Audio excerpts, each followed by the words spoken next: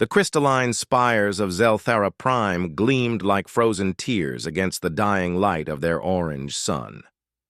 Administrator Vexhai pressed her delicate six-fingered hands against the observation deck's transparent wall, watching the evacuation ship struggle to lift off from the planet's surface. Each vessel carried thousands of her people, the Zelthari, fleeing from a nightmare that had consumed half their star system. "The Devourers have breached the Kethmore defense line," reported Communications Officer Yilnara, her voice trembling through her translator device. "3 more colonies have gone dark. We estimate 47 million casualties in the last solar cycle." Vexhai closed her large violet eyes and tried to steady her breathing. The Zelthari were a peaceful species, evolved from gentle herbivores on a world where the most dangerous predator was no larger than what humans might call a house cat. Their greatest achievements were in art, philosophy, and biotechnology. They had never known true war until the Devourers arrived. The Devourers were something from a cosmic nightmare. Mechanical beings of unknown origin, they consumed entire worlds, stripping them of all organic and metallic resources before moving on like a plague of locusts. They showed no interest in communication, negotiation, or mercy. They simply devoured everything in their path. "How long before they reach Zelthara Prime?" Vexhai asked, though she dreaded the answer. "2 rotations, perhaps 3 if we're fortunate," replied Military Coordinator Theclon, his usually pristine blue skin now pale with stress. "Our defense fleet managed to slow them down, but it was completely destroyed in the process. We have nothing left to stop them." The Zelthari had been part of the Galactic Cooperation Council for over 2 centuries, a peaceful alliance of 17 species that shared technology and culture. But when the Devourers attacked, the Council's response had been painfully slow. Committee meetings, environmental impact studies, and diplomatic protocols had delayed any meaningful military response. Most Council species were like the Zelthari, peaceful, evolved from prey animals, with militaries designed for exploration and rescue rather than warfare. "What news from the Council fleet?" Vexhai asked, though she could see the answer in Theclon's expression. "They're still 3 systems away. Organizing supply lines and discussing tactical approaches. They won't arrive for at least 8 rotations." His voice carried the weight of defeat. "We'll be dead or scattered by then." Vexhai turned back to the window, watching another evacuation ship disappear into the stars. They had managed to save perhaps 30% of their population, but that still left billions of Zelthari who couldn't be evacuated in time. The transport ships were already overcrowded, and their agricultural worlds couldn't support the refugees indefinitely. "Administrator," Yilnara called out, her voice carrying a note of desperate hope. "I'm detecting something unusual in our deep space monitoring network." "What kind of unusual?" Vexhai asked, moving to the communications console. "There's a signal, very faint, very distant. It's not from any known Council species." Yilnara's fingers danced over her control interface, adjusting frequencies and filtering out cosmic interference. "The translation matrix is having difficulty with it, but I think it might be a response beacon." "Response beacon?" Theclon joined them, his military training making him immediately suspicious. "Response to what?" "That's what's strange," Yilnara replied, pulling up data streams on her holographic display. "Remember the quantum distress pulse we sent out 12 cycles ago? The one that used the experimental long-range transmitter?" Vexhai remembered. In their desperation, they had authorized the use of an untested communication device developed by their scientists. It was designed to send a distress signal across vast distances using quantum entanglement principles. The signal would carry basic information about their species, their location, and their need for help. They had broadcasted it in all directions, hoping someone, anyone, might respond. "We never expected anyone to actually receive it," Theclon muttered. The range was theoretical at best. "The signal I'm detecting is definitely artificial," Yilnara continued, her excitement growing. "And it's getting stronger. Whatever sent it is moving in our direction." "Can you determine who they are? What species?" HFY asked. Yilnara worked frantically at her console, running the incoming signal through every translation protocol in their database. "The linguistic patterns are completely unknown.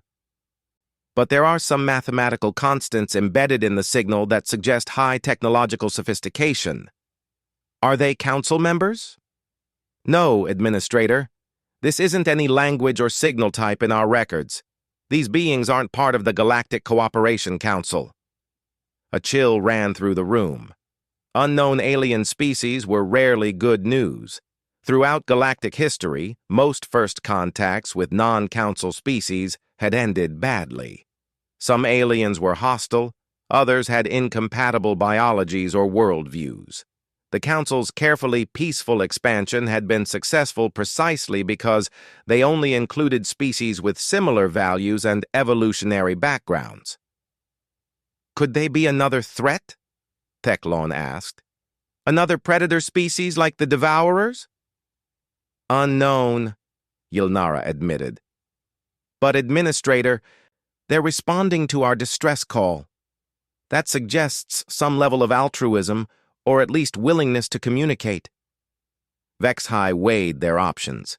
They were facing extinction from the Devourers in 2 or 3 rotations. The Council fleet was too far away to help. These unknown aliens were their only hope, no matter how slim or dangerous that hope might be. "Continue monitoring their approach," she decided. "Try to establish communication, find out who they are and what they want." Over the next several hours, Yilnara worked tirelessly to decode the incoming signals. Gradually, patterns began to emerge. The unknown aliens were definitely approaching their system, and their signals suggested a large fleet, much larger than anything the Zelthari had ever seen. "I'm getting clearer readings now," Yilnara reported. "At least 200 vessels, possibly more. And Administrator, they're fast, much faster than our ships or the Devourers." 200 ships? Teclon's eyes widened. The entire Zelthari fleet at its peak only had 60 vessels. "There's something else," Yilnara continued, her voice dropping to a whisper. "I'm picking up fragments of their internal communications. The translation matrix is starting to make sense of their language." "What are they saying?" "They keep using a word that the translator renders as rescue or save, and another word that might mean protect or defend. But there's a third word that keeps appearing, and the translator can't make sense of it.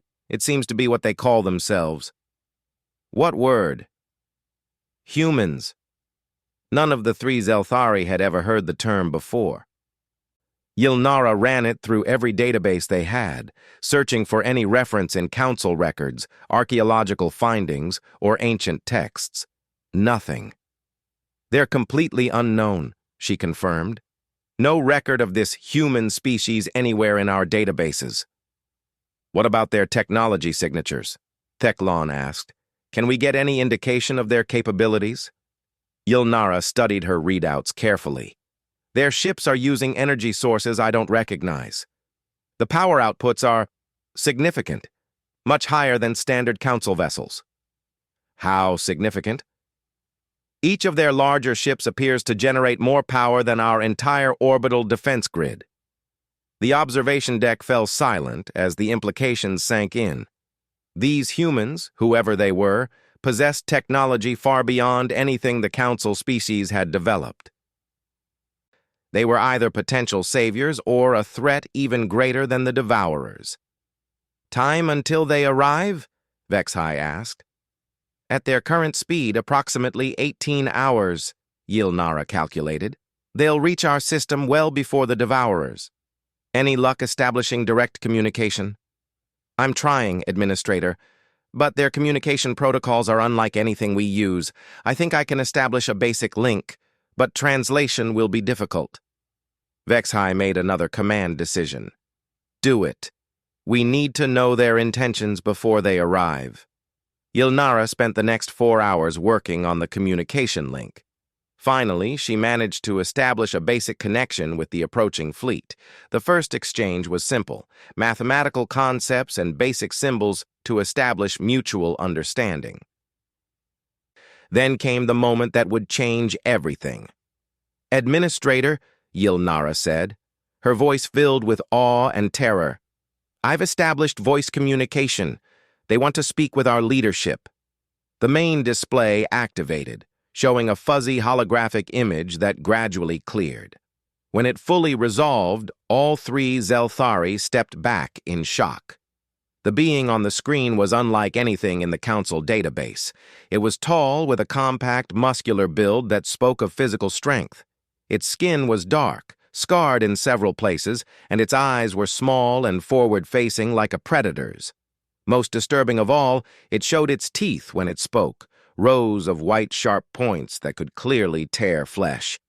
When it spoke, its voice was deep and carried an undertone of barely controlled violence that made every Zelthari survival instinct scream in alarm.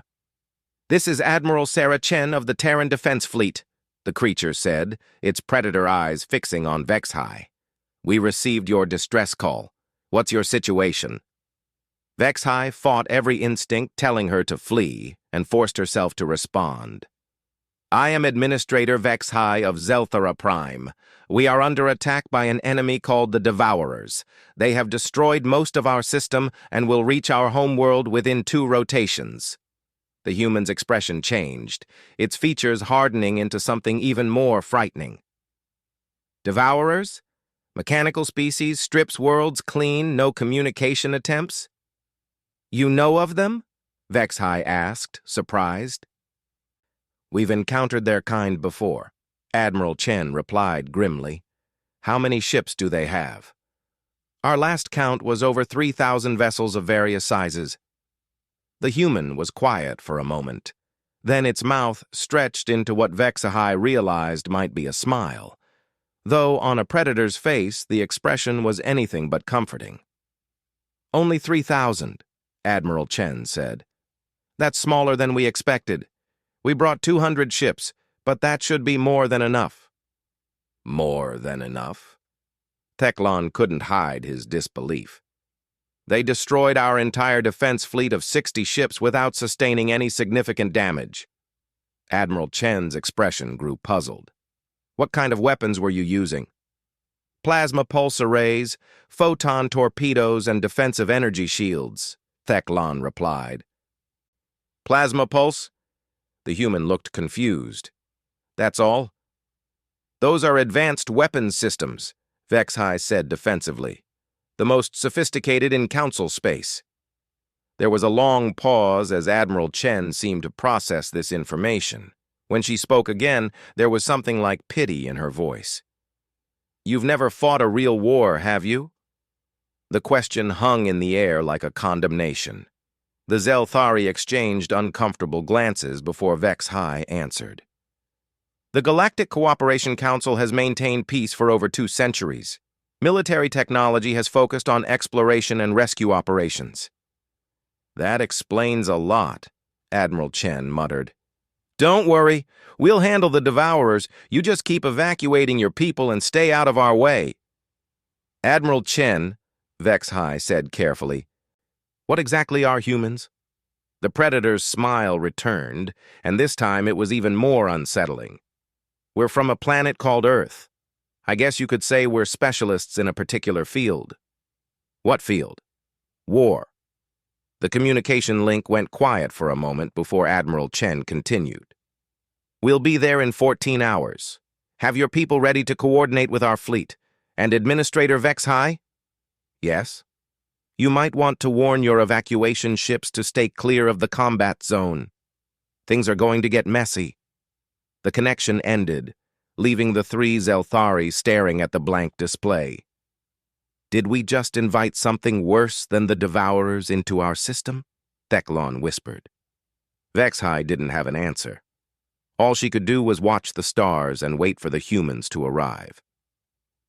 The bridge of the TDS Vengeance hummed with quiet efficiency as Admiral Sarah Chen reviewed the tactical data streaming in from their long-range sensors. Around her, the command crew worked at their stations with the practiced calm that came from years of combat experience. "Long-range scans confirm the alien reports," reported Commander James Rodriguez, the ship's tactical officer. 3,147 hostile contacts approaching the fourth planet in this system. Configuration matches previous encounters with Devourer fleets. "Estimated time to engagement?" Chen asked, studying the holographic display that showed their fleet's approach vector. 11 hours at current speed. The Devourers will reach the alien homeworld approximately 2 hours before we arrive." "Not if we don't let them," Chen replied grimly. She activated the fleet communication channel. "All ships, this is Admiral Chen. Execute combat acceleration protocol. I want us there in 8 hours." Throughout the human fleet, 200 ships responded instantly. Fusion drives that had been running at safe cruising power suddenly blazed with fury, pushing the vessels forward at accelerations that would have turned most Council species into paste against their bulkheads. But humans, evolved from persistence hunters on a high-gravity world, could endure forces that would kill their galactic neighbors. "Admiral," called Lieutenant Sarah Kim from the communication station, "we're receiving multiple transmissions from the alien evacuation fleet. They're asking about our capabilities and requesting detailed tactical information." Chen shook her head. "Standard operational security protocols, Lieutenant. Polite but vague responses only. We don't know enough about these Zelthari to share classified information." "Understood, ma'am. Should I tell them about the combat acceleration?" "No. Just tell them we'll arrive sooner than expected." Chen had been fighting the Devourers for over 3 years. Humanity's first encounter with them had been at the mining colony of New Brisbane, where 15 million civilians had died before the planetary defense fleet could evacuate the survivors. Since then, the Terran Defense Force had made studying and fighting the mechanical horrors their top priority. "Dr. Patterson, what's your assessment of the Devourer force composition?" Chen asked the fleet's xenobiologist, a thin man with prematurely gray hair and the intense focus of someone who had spent too many years studying nightmares. "Standard swarm configuration, Admiral," Dr. Patterson replied, manipulating the holographic display to highlight different vessel types. "Approximately 20% heavy harvester units, 60% medium attack drones, and 20% support vessels. No major deviations from previously observed patterns." "Which means they're not adapting to our tactics yet," Chen mused. "Good. Commander Rodriguez, fleet combat status?"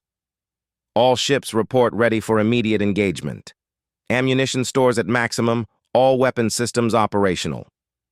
The new gravitational lance arrays on the Retribution and Defiance are fully charged and ready for field testing."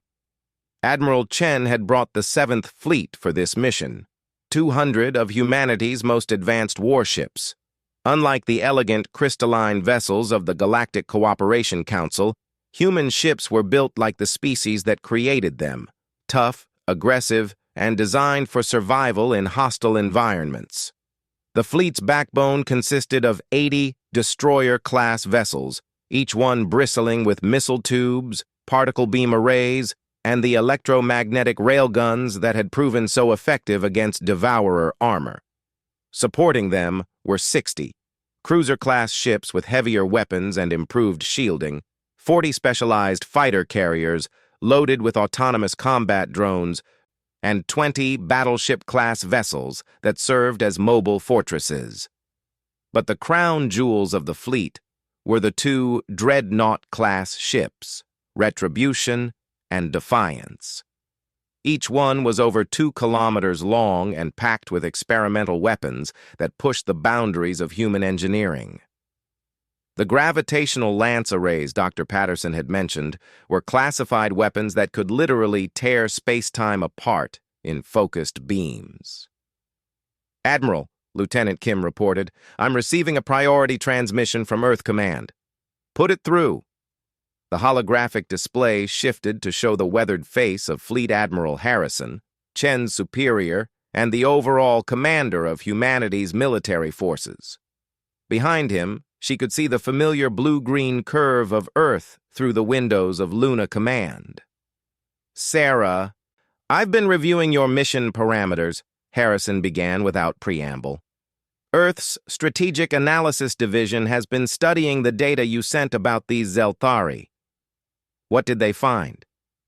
"They're herbivores, Sarah. Evolved from prey animals on a low-gravity world with no major predators. Their entire civilization has never experienced real warfare." Chen absorbed this information. "That explains their weapons technology.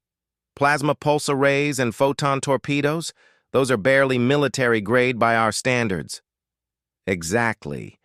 And here's the important part. They're not alone. This Galactic Cooperation Council they mentioned includes 16 other species, all with similar backgrounds. We're looking at an entire region of space populated by species that have never learned to fight." The implications were staggering.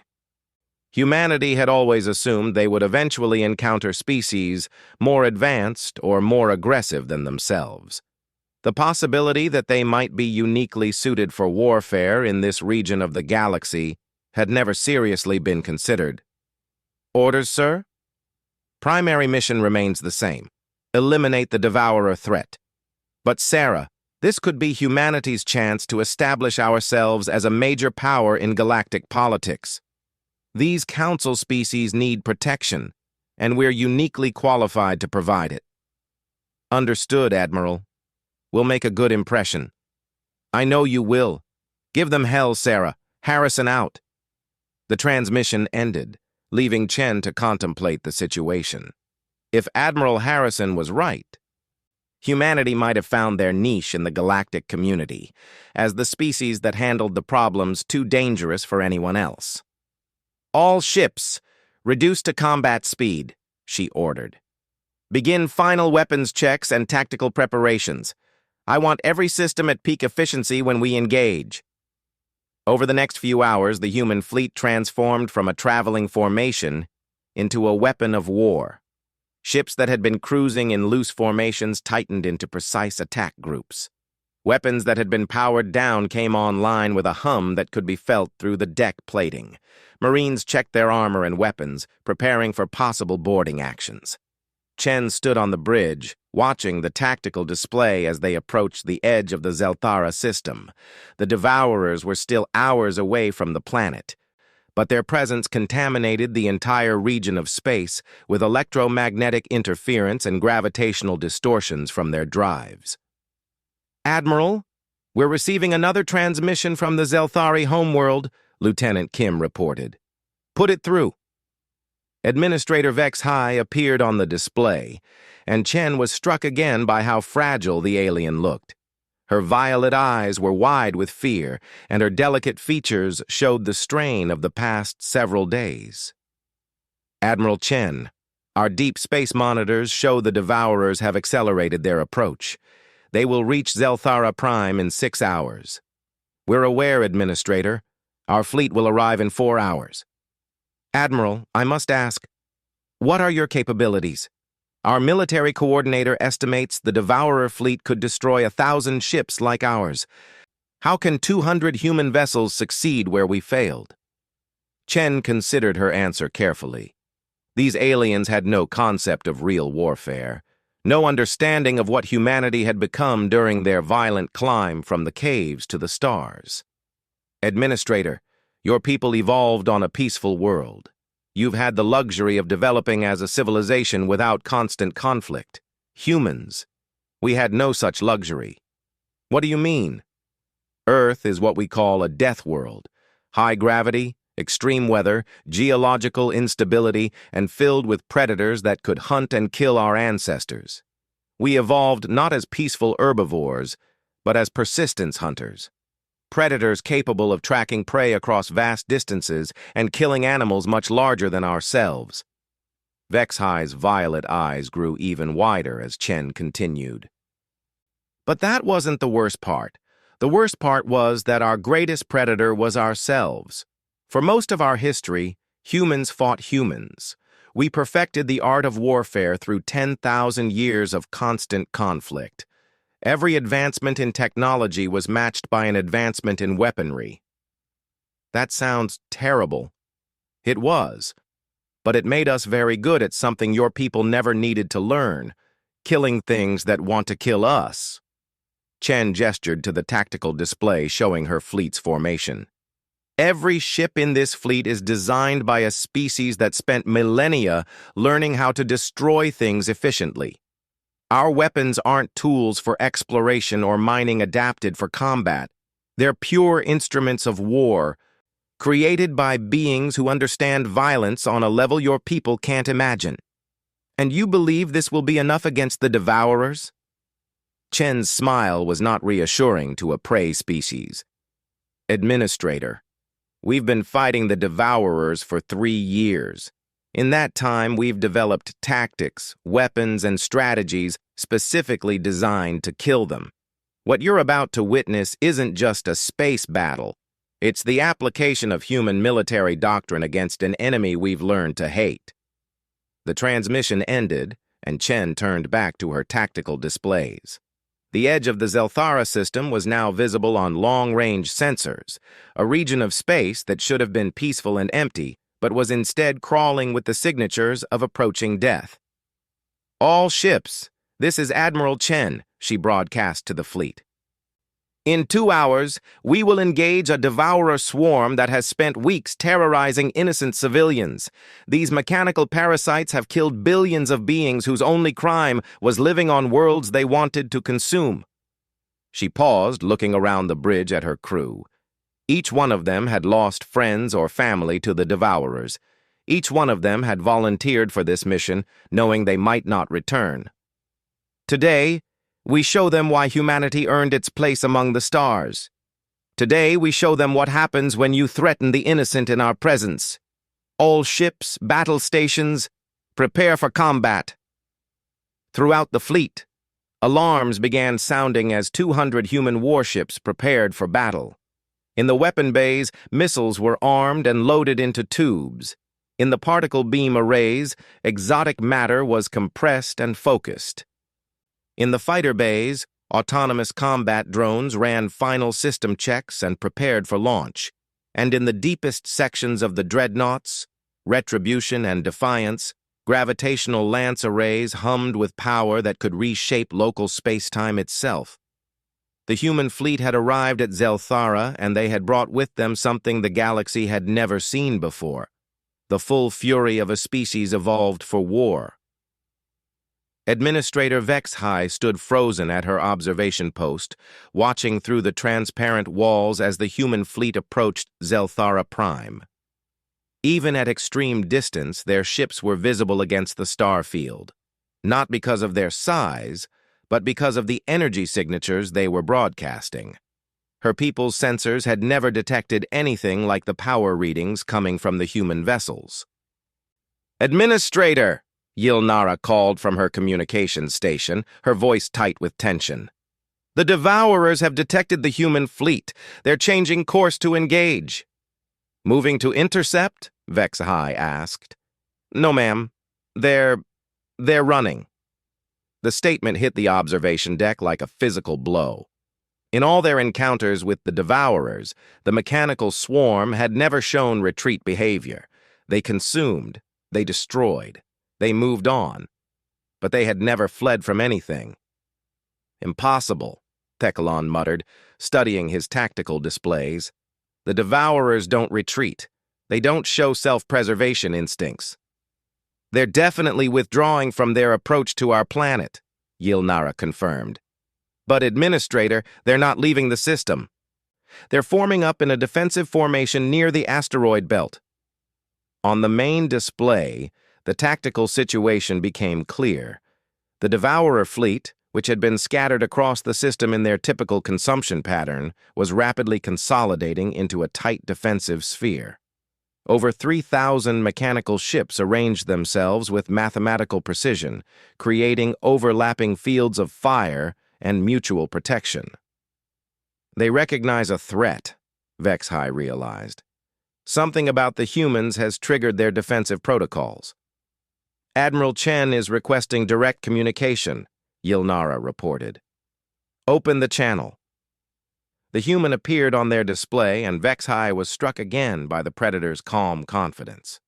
Where any reasonable being would show some nervousness facing odds of 15-1, Admiral Chen looked almost relaxed. Administrator Vex-High, we're beginning our attack run. I recommend you move your evacuation fleet to the far side of your planet. The engagement zone is going to be hazardous. Admiral, they outnumber you 15-1. Surely you should wait for reinforcements? Chen's expression didn't change. Administrator, 3,000 Devourers is what we call a target-rich environment. We brought 200 ships because that's how many we thought we'd need for a clean sweep. Honestly, we might have overestimated. The communication ended, leaving the Zelthari to stare at their displays in bewilderment. Are humans insane? Teclon wondered aloud. They didn't have long to wait for their answer. The human fleet approached the Devourer formation in what appeared to be a standard attack pattern, ships arranged in neat formations, approaching at what their sensors indicated was a reasonable tactical speed. To Zelthari eyes, it looked almost cautious. Then the humans opened fire. Space itself seemed to catch fire as 200 human ships unleashed weapons that defied everything the Zelthari understood about physics. Streams of exotic particles tore across the void at significant fractions of light speed. Missiles that burned with their own miniature stars crossed the distance between fleets in seconds. And from the largest human ships came beams of pure gravitational force that bent space-time itself. Impossible, Yilnara whispered, watching her sensor displays spike beyond their maximum readings. The energy outputs. They're generating more power than our entire civilization. The Devourer fleet, which had never shown damage from Zelthari weapons, began dying. Not the slow, methodical destruction they had inflicted on the Zelthari fleet, but immediate, catastrophic annihilation. Human weapons punched through Devourer armor like it wasn't there. Entire mechanical ships vanished in balls of nuclear fire. Others were torn apart by gravitational forces that ripped their atomic structures apart. How many Devourers have been destroyed? Vex-High asked, her voice barely above a whisper. Yilnara checked her readings twice before answering. In the first 30 seconds, over 400. 400? Teclon couldn't hide his disbelief. Our entire defense fleet didn't destroy 400 Devourers in 3 days of fighting. The battle, if it could even be called a battle, continued. The Devourers tried to adapt, shifting their formation and focusing fire on the human ships.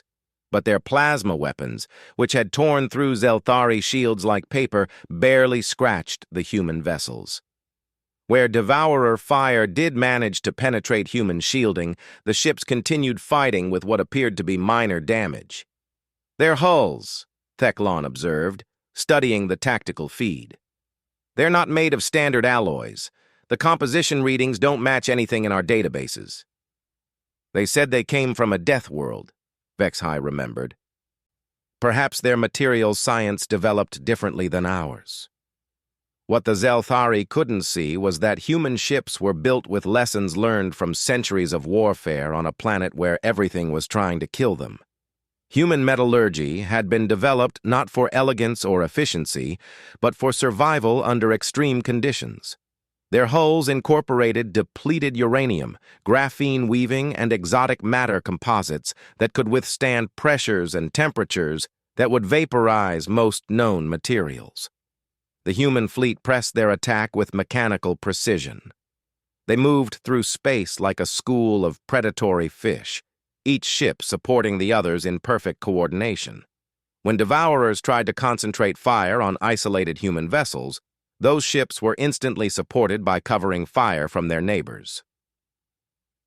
When mechanical swarms attempted flanking maneuvers, human ships appeared in their path as if they had anticipated the movement. They're not just better equipped, Vex-High realized, watching the tactical display. They're better at war itself. Admiral Chen's voice came through the communication channel, calm and professional. All ships begin Phase 2. Target the command nodes. What happened next defied the Zelthari understanding of space combat. Instead of continuing their methodical destruction of the Devourer fleet, the human ships suddenly accelerated to speeds that registered as impossible on Zelthari sensors. They moved through the enemy formation like missiles, their weapons firing continuously as they passed through clusters of mechanical ships. "They're flying through the enemy fleet," Yilnara reported, her voice filled with awe. "At those speeds, any collision would destroy both ships." "Humans don't appear to be risk-averse," Teclon observed dryly. The human attack runs were surgical in their precision. Intelligence gathered over 3 years of fighting Devourers had taught them that the mechanical swarms operated through a network of command nodes, larger ships that coordinated the actions of smaller units. By targeting these nodes first, the humans could disrupt Devourer coordination and turn a unified fleet into a collection of confused individual ships. The strategy worked perfectly. As human weapons destroyed command nodes, entire sections of the Devourer fleet lost cohesion. Ships that had been operating with hive mind efficiency suddenly began operating independently, their responses becoming predictable and easily countered. "Devourer fleet coherence dropping rapidly," reported one of Chen's tactical officers. "Estimates 70% of command structure eliminated." "Excellent. All ships, free engagement. Hunt them down." The final phase of the battle was less a military engagement than an extermination. Human ships spread throughout the system, hunting down fleeing Devourers with relentless efficiency.